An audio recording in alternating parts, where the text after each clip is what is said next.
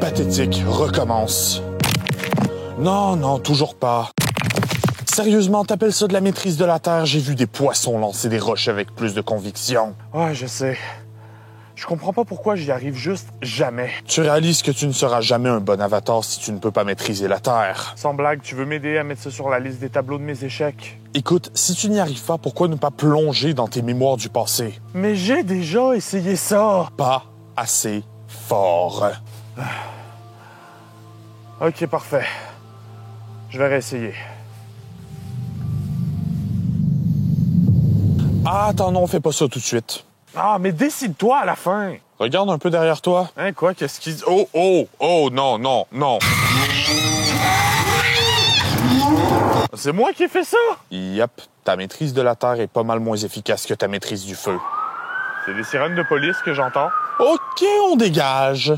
L'Avatar est, sans contredit, l'être le plus puissant de son univers. Il est source de pouvoir, mais aussi de convoitise et, pour ma part, de curiosité. On a tous notre avatar préféré au fin du fandom, et moi, personnellement, c'est clairement Kuruk, qui a mis des années à obtenir la reconnaissance qu'il méritait. Mais vous, derrière votre écran, c'est qui votre avatar préféré, honnêtement, et pourquoi? Soyez sûr de me le dire en commentaire, et tant qu'à être là, pourquoi ne pas vous abonner et activer la cloche, ainsi que laisser un like et un autre commentaire nous disant de quel sujet on devrait traiter. Si vous voulez interagir avec moi, je vous rappelle aussi que dans la description se trouve un lien vers le Discord de la communauté et pour supporter la chaîne de façon financière, un lien vers notre Patreon, là où vous pouvez me supporter avec un peu de sous en échange d'avoir des contreparties intéressantes. Ça va de simple shout-out à littéralement choisir le sujet d'une vidéo future. Donc, Avatar, de quoi est-ce que ça parle exactement? Dans un monde où la population est capable de maîtriser les 4 éléments, l'eau, la terre, le feu et l'air, il y a un être suprême. Et l'être suprême ici, c'est l'Avatar, qui a accès à la maîtrise totale du quatuor élémentaire. On suit principalement les histoires de l'Avatar Aang, un jeune maître de l'air ayant déserté à l'âge de 12 ans, ce qui lui vaudra d'être le dernier de son peuple suite à un génocide, et de Korra, son successeur, qui elle joue un rôle bien plus politique dans une société qui a su s'industrialiser. C'est globalement l'idée de base d'Avatar. Chaque personnage qui revêt ce rôle, il a un petit peu sa petite histoire, il a sa quête à raconter. Et puis, on en revient aux sources. Tout commence avec l'Avatar One, qui était un simple délinquant obligé de voler pour se nourrir, qui va voler le pouvoir du feu à sa tribu, et il aura été banni pour ce crime. Côtoyant les esprits, il apprendra à maîtriser son élément, prendra en maturité, et commencera à protéger le monde spirituel de la nature destructrice de l'humanité, jusqu'au jour où il va délivrer Vaatu, l'esprit ultime des ténèbres, de son étreinte avec Rava, l'esprit de la lumière, ce qui va affecter la balance du monde suite à un quiproquo. Prenant donc ses responsabilités, One va fusionner pour de bon avec Rava. Étant maintenant capable de maîtriser les 4 éléments, il va sceller Vaatu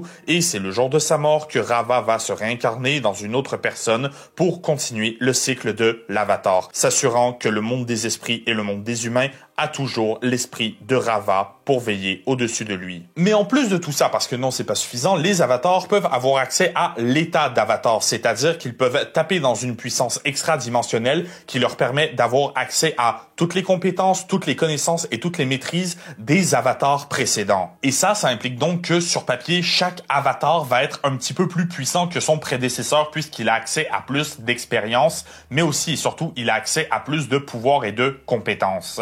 Même si personnellement, moi je crois que ça stagne, parce que des avatars, quand t'en rajoutes un ou deux, quand vous étiez 3 à la base, ça va. Mais maintenant, quand t'en rajoutes un et qu'il y en a au-dessus de 10 000, on avait déjà l'embarras du choix. 10 000, j'exagère un peu, mais les avatars sont plusieurs centaines, voire plusieurs milliers. Et on en connaît précisément 12. Premièrement, l'Avatar One, dont j'ai déjà parlé, qui commence le cycle. Bien après, nous avons l'Avatar Zalir, dont nous ne connaissons que le nom et la nationalité en tant qu'Avatar des îles du feu.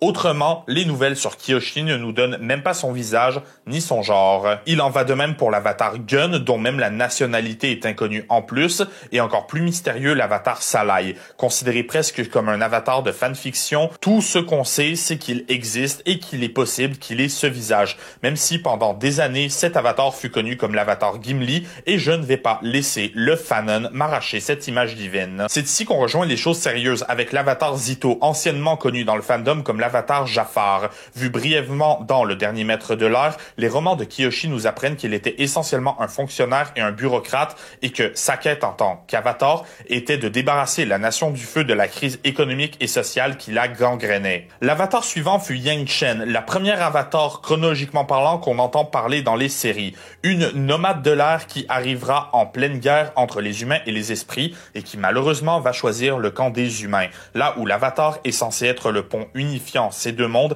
et non une force de frappe qui permet à un des deux camps de gagner. C'est donc l'avatar Kuruk qui devra payer les pots cassés pour Yang Chen et qui, en plus de mourir jeune après avoir perdu sa fiancée aux mains d'un des esprits les plus maléfiques de tous les temps, va mourir en affrontant le roi des esprits maléfiques pendant des jours où Kuruk refusait de mourir. Le tout en se donnant volontairement une réputation d'avatar détaché et irresponsable pour préserver la mémoire de Yang Chen comme l'héroïne dont son peuple a besoin, établissant Kuruk comme le GOAT parmi les GOAT.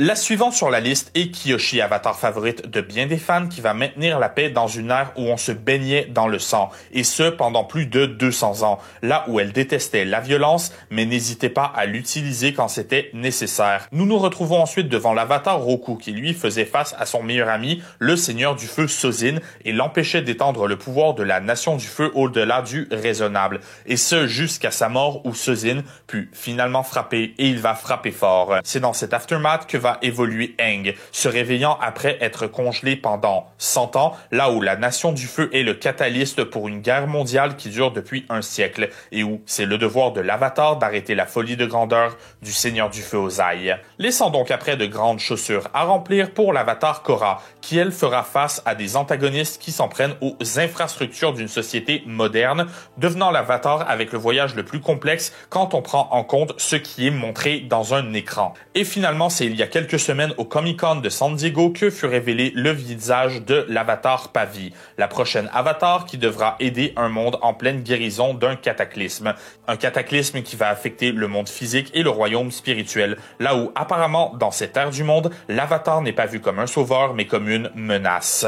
Personnellement, qu'est-ce que j'en pense de l'avatar Pavi? Je pense que c'est une bonne idée. Je pense que de mettre l'avatar dans le rôle du méchant dans la vision de la population, c'est quelque chose qui a été un petit peu exploré dans Korra, mais maintenant on va avoir un avatar que redorer son blason, ça va être littéralement son travail. Mais par contre, mon bémol, c'est que je pense que ça aurait été beaucoup plus intéressant de développer sur un avatar du passé. Parce que, soyons honnêtes, ce qui a déplu à beaucoup de gens, c'est le boom technologique entre Le Dernier Maître de l'Air et la légende de Korra. Et là, on va aller encore plus loin dans le futur. Alors, je vais me référer à ma règle d'or. Si c'est bien fait, tant mieux. Si c'est mal fait, on traversera la rivière rendu au pont. Ouais, faudrait que je mette ça sur un t-shirt. Mais en vrai, donc, on a une douzaine d'avatars, dont le tiers, on ne connaît même pas le visage. Il y en a même qu'on connaît même pas le genre ni la nationalité.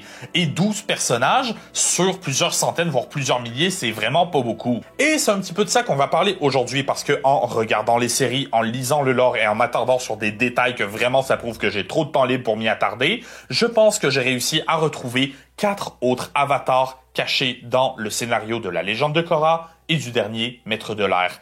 4 avatars, donc 1 par élément. Je vous rappelle encore une fois de vous abonner, d'activer la cloche ainsi que de laisser un like et un commentaire nous disant de quel autre sujet on devrait traiter, le tout avant de nous suivre sur nos réseaux sociaux et de rejoindre notre Patreon. Sur ce, salutationalisation et bienvenue à Faits et Fiction, l'émission où on analyse la culture. Aujourd'hui, je vous montre quels sont les avatars de l'ombre, quels sont les avatars que vous avez ratés.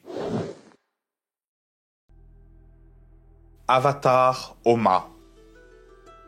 On va commencer par une petite théorie personnelle, une théorie bien de chez moi qui m'est sautée aux yeux en regardant la saison 2 du Dernier Maître de l'Air. Je pense avoir découvert l'identité du 4e avatar chronologiquement parlant et donc du premier avatar issu du royaume de la Terre. Pour rappel donc, d'où viennent les éléments? À la base, la maîtrise élémentaire était regroupée dans la maîtrise pure et dure de l'énergie. Là où après leur déconstruction en 4, le premier maître de l'eau fut la Lune, les premiers maîtres de la Terre furent les taupes blaireaux, les premiers maîtres maîtres du feu furent les dragons et les premiers maîtres de l'air furent les bisons volants. Jusqu'à ce que le double épisode de la légende de Korra arrive et retconne cette information, maintenant c'est les Tortulions qui ont simplement donné la maîtrise aux êtres humains. Un retcon qui est très controversé dans le fandom d'Avatar, alors qu'en fait, c'est peut-être même pas un retcon. Regardez les personnages utiliser le feu dans le double épisode sur Wan, tu me diras pas que c'est des maîtres du feu. À l'opposé, c'est bien en s'entraînant avec un dragon, le maître du feu originel, que Wan apprend à devenir un maître du feu. Même les gens qui assistent à ce spectacle n'en reviennent pas à quel point Wan a appris un niveau de maîtrise. On peut donc penser que si les Tortulions offraient l'élément, devenir un vrai maître de cet élément, c'est bien avec les animaux que ça s'est appris. Tout ça, ça va nous amener des années plus tard dans une ville du nom d'Omashu. Omashu est une des plus grandes cités du royaume de la Terre, gouvernée par un puissant roi. Elle a une histoire particulière. De base, nous retrouvions deux villages ennemis séparés par une montagne, où deux amoureux, Oma et Shu, se rencontraient dans des cavernes creusées par leur maîtrise de la Terre, apprise de la part des taupes blaireaux, devenant eux-mêmes ainsi les premiers maîtres de la Terre. Mais un jour, l'homme du nom de Shu ne se présenta pas. Il était tombé sur une bataille entre les deux villages et y a trouvé la mort. Oma, son amante et amoureuse, dévastée, exerça sa maîtrise de la Terre. Dans un puissant cataclysme, il est dit qu'elle aurait pu détruire les deux camps rivaux. Mais à la place, c'est pas ce qu'elle a fait. Elle a utilisé sa puissance pour faire se plier les deux camps et les forcer à faire la paix. Et en honneur de l'amour exercé par Oma et Shu, une nouvelle ville fut bâtie, une ville où peut régner la paix entre les deux peuples, une ville du nom d'Omashu. C'est vraiment une histoire magnifique, bâtie sur quelque chose d'horrible. On va pas se mentir. Tu vois, quand on avait 14 ans, elle était assise à côté de moi en cours de maths, elle a fait tomber son stylo, je lui ai redonné. Ça a été le coup de foudre et depuis, c'est l'amour fou. Et toi, ta femme, comment tu l'as rencontrée? Ah, tu sais, nous, c'est une histoire assez traditionnelle. Elle vivait dans un village à 4 km du mien et on a commencé à se rencontrer au milieu. Ah, c'est vrai que c'est mignon. Oui, c'est vrai, c'est très mignon si t'enlèves les coups de fusil, les coups de canon, les balles, les membres, les corps qui volent partout parce que nos villages se détestaient et se faisaient à guerre. Oh! Ah, et ça, c'est drôle, mais l'autre jour, on s'est rendu compte que j'ai tué son frère pendant un duel. Ah! Et comment il l'a pris? Assez mal, surtout quand je lui ai dit que je me rappelle exactement de l'expression de peur qu'il avait dans ses yeux quand il a supplié pour sa vie, pour celle de sa famille, et que je vois encore son visage à chaque fois que je m'endors. Écoute, tant qu'au moins t'es conscient de tes erreurs... Ouais, mais tu sais, elle a tué mon père, elle a tué ma sœur, elle a tué ma grand-mère, elle a même tué mon cousin Larry qui parle jamais à personne. Tu sais, l'important, c'est la balance dans la vie. Oh, une seconde. Ah, il est midi. C'est l'heure d'aller commettre des crimes de guerre. Ouais, elle est quand même spéciale, la géopolitique de l'époque.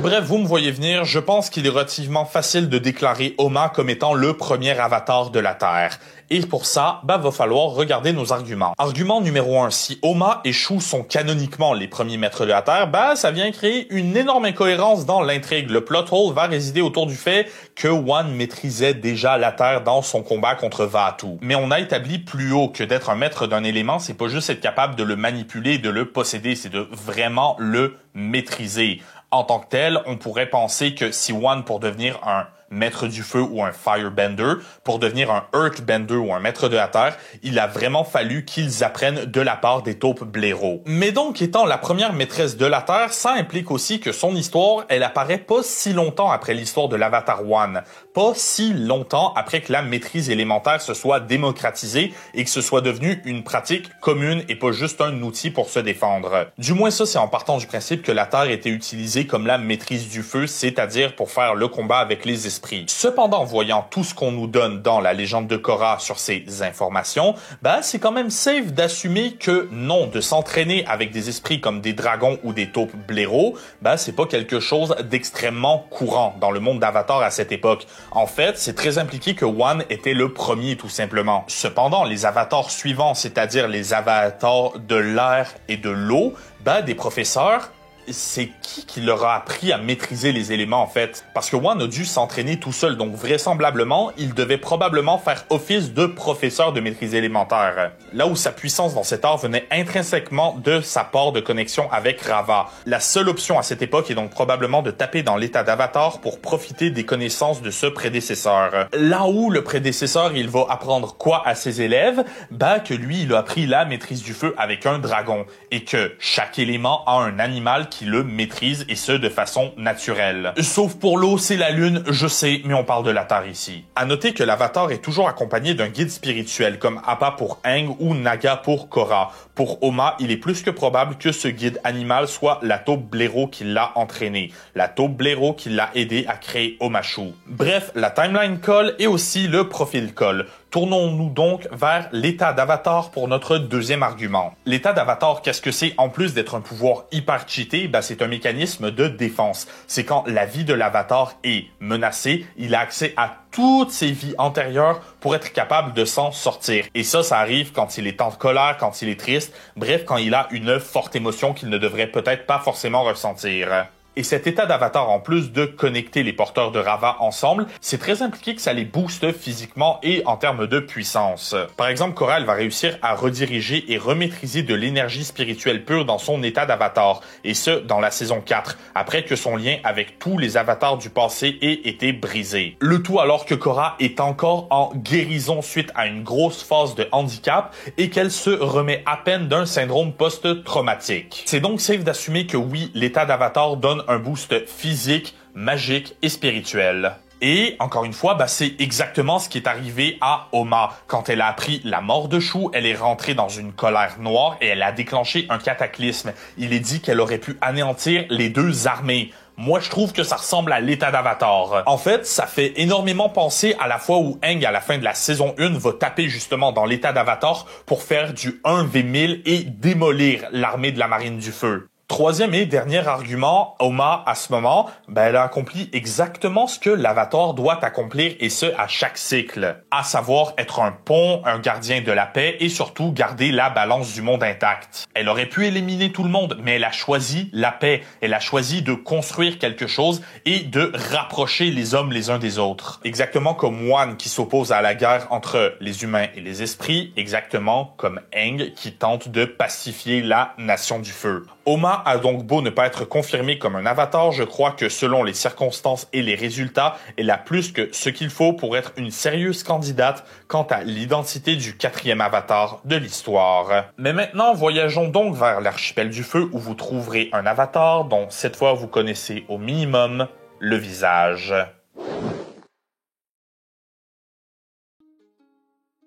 Avatar Kaza. Alors, c'est qui Kaza dans le monde d'Avatar? Officiellement, c'est personne. Mais officieusement, c'est plus complexe. Pourquoi vous pleurez? À la fin de la saison 1 de La Légende de Korra, nous voyons cette image qui deviendra probablement le visuel le plus célèbre de la série, si ce n'est de la franchise Avatar, où tous les avatars du passé regardent Korra et se connectent finalement à elle. Et il y en a une en particulier qui depuis longtemps intrigue tout le monde. C'est cette femme qui ne semble pas avoir de bras. En rétrospective, c'est surtout à cause de Mingwa, antagoniste secondaire de la saison 3 de Korra, qui utilise sa maîtrise de l'eau sans ses bras. Beaucoup pensent alors que cet avatar de la Nation du Feu possédait bien ce même handicap. Tu ajoutes à ça le visuel d'une figure androgyne avec Raava derrière vue dans la saison 2 de Korra, à qui justement il manque des bras, et la théorie de l'avatar handicapé était née. Elle fut nommée par certains fans l'avatar Kaza. Sauf qu'en fait, cette théorie, c'est un petit peu des conneries. Si tu regardes un peu plus près, c'est très facile de voir qu'elle a juste les bras bien collés sur le côté de son corps, mais elle semble pas être handicapée. Mais bon, ne pas être amputé de 2 membres sur 4, ça veut pas dire que t'as absolument rien à raconter. Et moi, ce qui m'intrigue chez Kaza, c'est sa tête. Parce que oui, si vous regardez bien le corps de l'avatar Kaza, vous verrez qu'elle a aussi une tête. Bon, ok, j'arrête mes conneries. Non, mais sérieusement, regardez ses cheveux. C'est pas un bijou royal de la Nation du Feu, ça, par hasard? Dans un de mes, si ce n'est mon épisode préféré de toute la licence Avatar, l'Avatar et le Seigneur du Feu, on découvre que l'Avatar Roku et le Seigneur du Feu Sozin étaient de grands amis d'enfance. Et quand Roku partira pour son voyage, il va recevoir un cadeau. Ce cadeau, c'est le bijou de cheveux royal du Seigneur du Feu Sozin, un objet très convoité, réservé à la royauté. Et le bijou sur la tête de l'avatar Kaza y ressemble fortement. Ce n'est donc pas exclu que l'avatar Kaza fasse bel et bien partie de la famille royale. En fait, le lien entre royauté des Seigneurs du Feu et l'avatar, c'est pas quelque chose d'anodin. Dans l'épisode dont on vient de parler, on apprend que l'arrière-grand-père maternel du prince Zuko n'était nul autre que l'avatar Roku, et que dans les veines du prince du feu coule le sang royal, mais aussi le sang de l'avatar. Et là vous me dites, oh mon dieu, Zuko c'est le petit-fils de l'avatar et du seigneur du feu, mais dis donc, le monde il est petit, quelle coïncidence! Mais c'est ça qui est bâtard.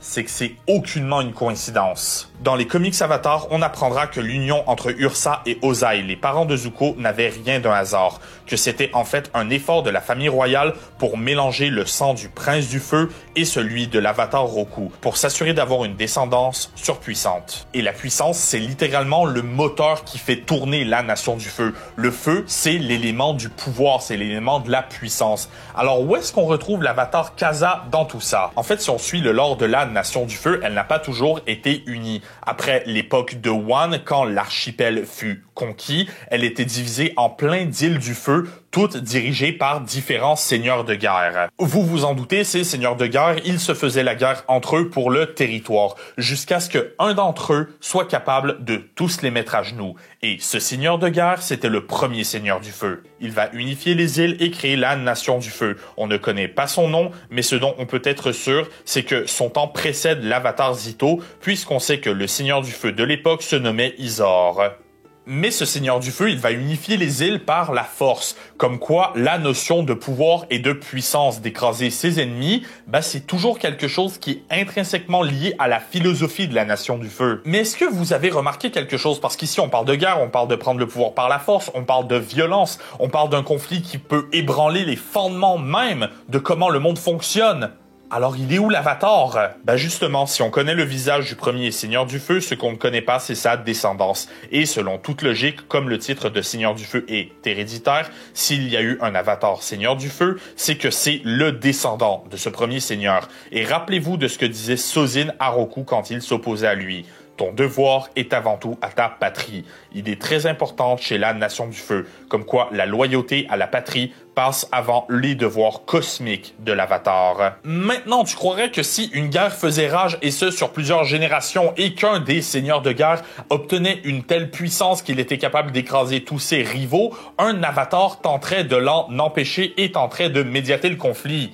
À moins que l'avatar en question n'ait développé une sévère loyauté envers ce dit seigneur, une sévère loyauté envers sa philosophie et le fonctionnement de sa société. Et si cet avatar avait été plongé dans l'impérialisme et dans les dogmes du Seigneur du Feu, et ce à un très jeune âge? Et si cet avatar, Kaza, c'était la fille du premier Seigneur du Feu? Un Seigneur du Feu qui va donc utiliser sa fille comme moyen de pression, autant direct avec sa puissance que indirect avec « je suis le père de l'avatar, je suis beaucoup plus legit que vous êtes le Seigneur du Feu ». Je paraphrase peut-être un petit peu. Mais si c'est cas, si la dénommée avatar Kaza est bien la fille ou même la petite fille du premier Seigneur du Feu, et que c'est entre autres grâce à elle qu'il a réussi à unifier les îles et à créer la Nation du Feu.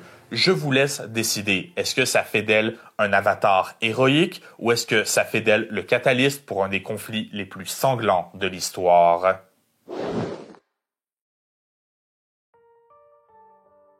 Avatar Lahima. Et si on faisait un 180 degrés? Et si à la place de se tourner vers un avatar qui était probablement très impérialiste et bourré de dogmes envers une nation du feu où la guerre est présente, on allait voir la nation la plus pacifiste, la nation qui se détache de tout. Et si on allait chercher un avatar chez les maîtres de l'air? À la fin de la saison 2 du dernier Maître de l'air, on est introduit au personnage de Guru Pathik, qui mine de rien a beau soutenir l'avatar, possède un discours qui est contraire au sien. Selon Pathik, les 4 éléments ne sont que 4 parties d'un seul et même tout, et il en va de même pour les 4 nations, là où Roku maintient que les 4 nations sont faites pour coexister et ce de façon séparée, claire et nette. Cependant, si leur vision du monde est diamétralement opposée, quelle légitimité aurait Guru Pathik à entraîner l'avatar? Et surtout, pourquoi? Et surtout, comment est-ce qu'on arrive à d'aussi bons résultats? Eh ben, il va falloir se retourner vers le lore pour comprendre. Zahir, sans contredit le méchant le plus populaire de cet univers, est un non-maître qui, suite à la convergence harmonique, obtiendra la maîtrise de l'air, là où ses années passées à l'étudier, autant ses mouvements que ses philosophies, le rendront redoutablement efficace avec cet élément. Et Zahir, entre autres, ce qui le rend si puissant, c'est son dévouement pur et religieux envers un certain gourou Lahima. Un homme qui aurait vécu presque 4000 ans avant l'ère de Aang et de Korra, qui aurait atteint un tel point de détachement par rapport au monde que sa maîtrise de l'air lui permettait littéralement de voler. Il aurait même terminé sa vie sans toucher le sol, et ce pendant plusieurs années. Pourquoi? Parce qu'il avait atteint la véritable liberté, le véritable détachement. Mais la question se pose, considérant tout ce que l'on sait sur les gourous, sur leur vision du monde, ce que je vous l'accorde n'est pas grand-chose, comment est-ce que leur philosophie peut être aussi proche de la maîtrise de l'air, même pour un non-maître comme Patik, et comment ils sont si proches de l'avatar en tant que tel? Peut-être que ce lien entre la maîtrise de l'air, l'avatar et les gourous, c'est justement ça, c'est Lahima, probablement le plus grand gourou de tous les temps et probablement le plus grand maître de l'air de tous les temps. Et si en fait c'était ça, et si en fait Lahima lui-même était l'avatar. Voyons voir ça. Déjà de base, c'est établi que l'avatar a une puissance élémentaire grandiose. La spiritualité n'est qu'une parcelle de ce qui fait la puissance d'un maître des éléments. La puissance brute en fait partie aussi, mais si tu additionnes ça au fait que Lahima aurait été capable de taper dans l'état d'avatar et que mathématiquement il aurait 6000 ans de prédécesseur, on comprend pourquoi il était aussi doué. Peut-être parce qu'il a vraiment pris le temps d'étudier avec les autres avatars. Peut-être parce qu'il a vraiment pris le temps de regarder ce qui s'est fait avant. Peut-être parce qu'il a vraiment pris le temps de comprendre le monde pour pouvoir s'en détacher. Prouvant que l'expérience des avatars vaut toute la grande bibliothèque de Ba Sing Se. Mais la question se pose alors, si c'est le cas, pourquoi est-ce que ces apôtres comme Zahir semblent avoir un discours anti-avatar? Probablement parce que Lahima a fait un choix. Est-ce que Lahima était mauvais? Est-ce qu'il était contre l'avatar lui-même? Je ne pense pas. Je pense que c'est plus complexe. À la fin de la saison 3 du dernier Maître de l'air, Aang ne sait pas s'il doit tuer ou non le Seigneur du Feu Ozai. Et c'est avec l'avatar Yang Chen que le conflit est selon moi le plus intéressant. Toutes les vies sont sacrées. Avatar Aang, je sais que tu es une belle âme très généreuse et les moines t'ont très bien éduqué. Mais il ne s'agit pas de toi. Il s'agit du monde.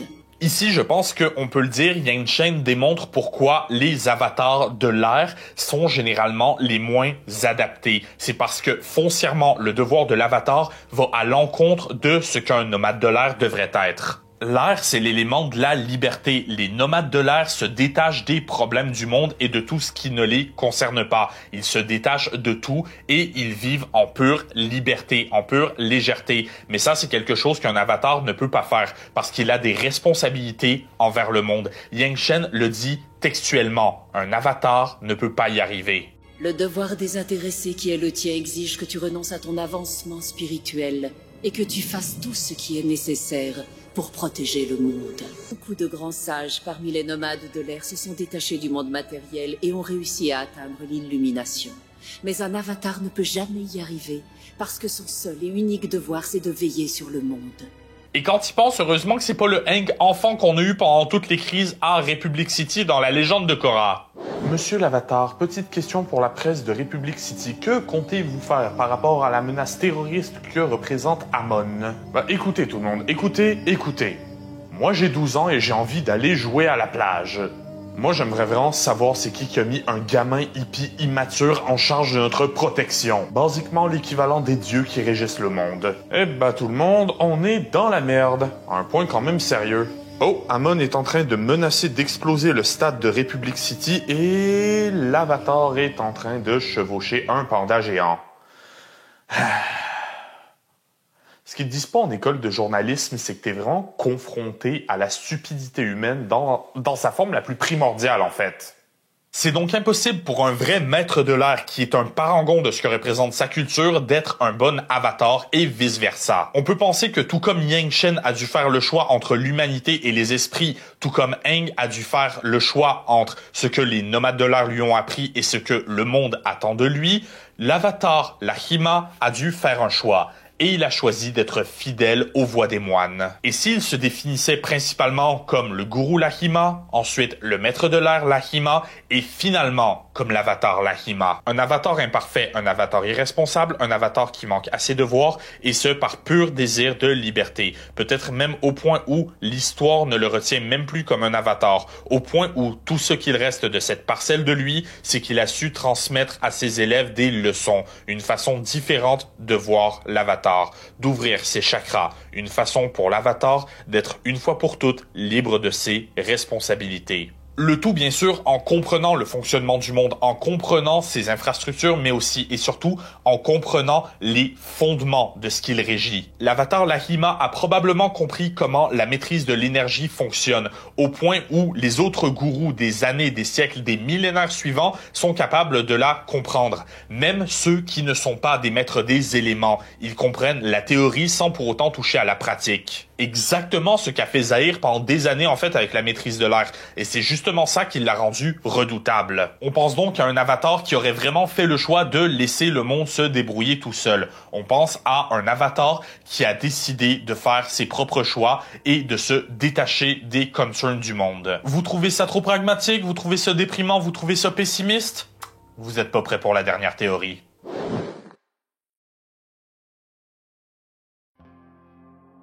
L'avatar qui est allé trop loin.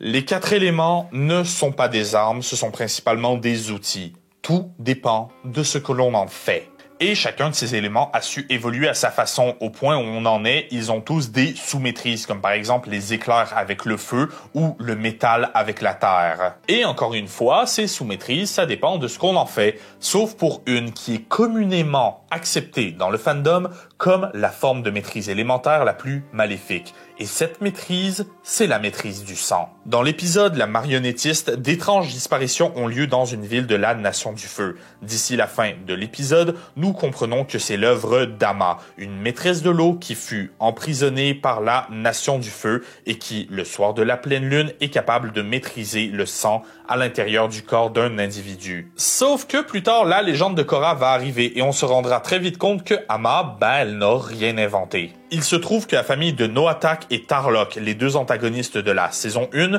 possèdent le don de maîtriser le sang et ce de façon héréditaire. Et de la façon dont leur père Yakon en parle, ça semble être un secret gardé depuis des générations, possiblement bien avant la naissance de Ama. À noter que la maîtrise du sang de la famille de Amon est capable de maîtriser le sang alors qu'il n'y a pas la pleine lune. Il est même capable de le faire en plein jour. Et je pense que vous me voyez venir. Se pourrait-il qu'un des avatars du passé ait été un maître du sang? Cette théorie me fut partagée dans un de mes salons Discord qui est réservé justement aux théories de fans à travers la vidéo de Xionixes, donc merci à tous. Quand je vous dis qu'il est pratique le Discord, voyons donc l'idée générale. Déjà de base, la maîtrise du sang, comment est-ce que ça fonctionne? Ça prend la maîtrise de l'eau qui est boostée par la pleine lune et donc qui rend le maître de l'eau capable de manipuler cet élément à l'intérieur du corps d'une victime s'en servant comme d'une marionnette. Et là où ça devient intéressant, c'est que pour s'en libérer, la seule solution viable, ça a l'air d'être la maîtrise du sang. C'est exactement comme ça que Katara a réussi à s'affranchir du contrôle de Ama,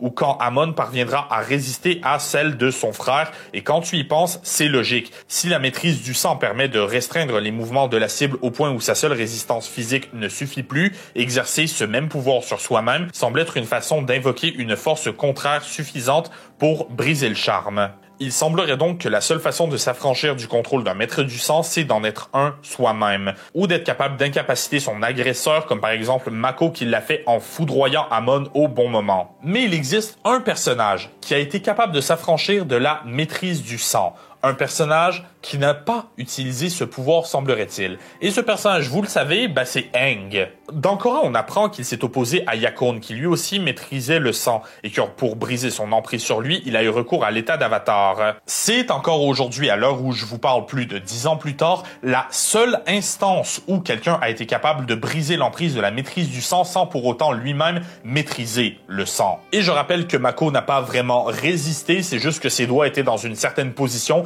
et qu'il est parvenu parvenu à faire passer un éclair placé au bon moment. Ça reste impressionnant, hein, mais c'est pas exactement briser la maîtrise tant qu'incapaciter la personne qui l'utilise. Mais peut-être que la vérité est plus complexe. Rappelez-vous encore une fois de ce que c'est que l'état d'avatar. C'est un pouvoir qui, oui, je l'ai dit, il semblerait que ça démultiplie le pouvoir de l'avatar, mais aussi et surtout qui lui permet d'accéder à toutes ses expériences de ses vies antérieures, et c'est ce pouvoir qui va permettre à Aang de s'affranchir de Yakone. La théorie ici étant donc que Aang, pour résister à la maîtrise du sang de Yakone, il a tapé dans une de ses vies antérieures qui était bel et bien un maître du sang. On peut imaginer un avatar dont le nom reste inconnu, expérimenté avec sa maîtrise, essayer de plus en plus de choses, essayer de nouvelles techniques et se rendre compte que c'est possible de manipuler l'eau à l'intérieur du corps de quelqu'un. En plus, regardez-moi ça, Aang, il résiste sans problème à Yakone. Même Amon, qui est probablement le maître du sang le plus redoutable de la légende de Korra,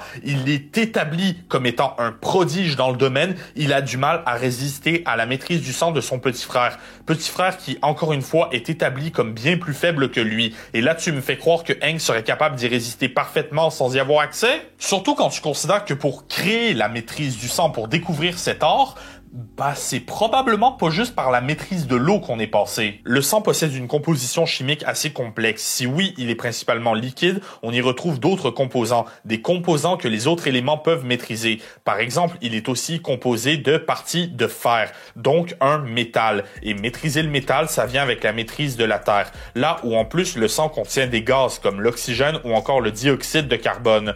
Ne peut-on pas alors penser que la maîtrise de l'air puisse l'affecter? En fait, quand tu regardes comment les sous-maîtrises sont créées, c'est plus ou moins comme ça que ça fonctionne. On a quelque chose que on ne peut pas maîtriser, on trouve un lien physique et ou chimique avec ce quelque chose et notre propre maîtrise, et après c'est juste une question de pratique et de travail. Là ensuite, t'as le sang qui a beau être un liquide, il épouse parfaitement les compositions chimiques de 3 des 4 éléments. Me faisant penser donc que si quelqu'un a expérimenté assez longtemps et surtout avec assez de prestance et de persévérance pour être capable de manipuler le sang à l'intérieur de quelqu'un, c'est probablement un avatar qui connaissait très bien sa maîtrise. Ensuite, comme le sang est liquide, ça s'est transmis via la maîtrise de l'eau parce que ça épouse beaucoup plus les mouvements de cet élément, mais selon cette logique, un maître de la terre ou un maître de l'air pourrait aussi y avoir accès au moins en partie, ou au moins agir sur le sang et sur le corps de quelqu'un. Et c'est donc plus ou moins ça la théorie comme quoi un ou plusieurs avatars du passé auraient été des maîtres du sang. Mais vous me connaissez, j'ai décidé d'y ajouter mon grain de sel. Quand on m'a présenté cette théorie, ce qu'on a oublié de mentionner, c'est qu'il y a une énorme différence entre la maîtrise du sang d'Amon et la maîtrise du sang de Amma. Oui, la maîtrise du sang d'Amon, elle est praticable sans la pleine lune. Parfait. Mais c'est pas exactement la seule.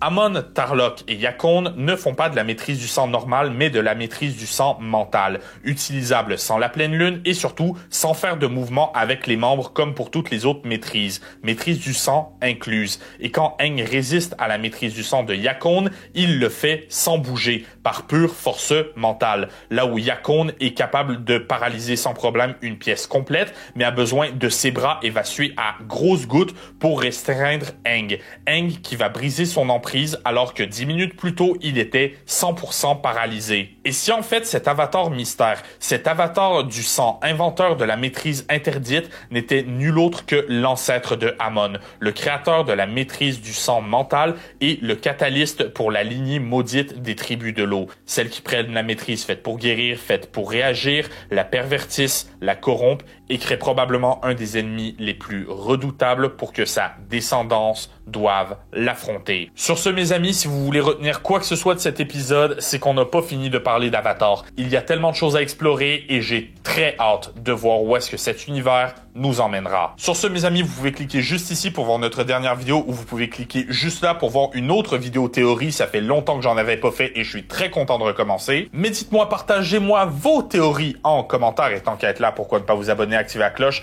ainsi que laisser un like, un partage et nous suivre sur les réseaux sociaux et voir notre Patreon au passage. Sur ce, je vous laisse et je vous verrai la prochaine fois pour de plus amples explorations de notre omnivore.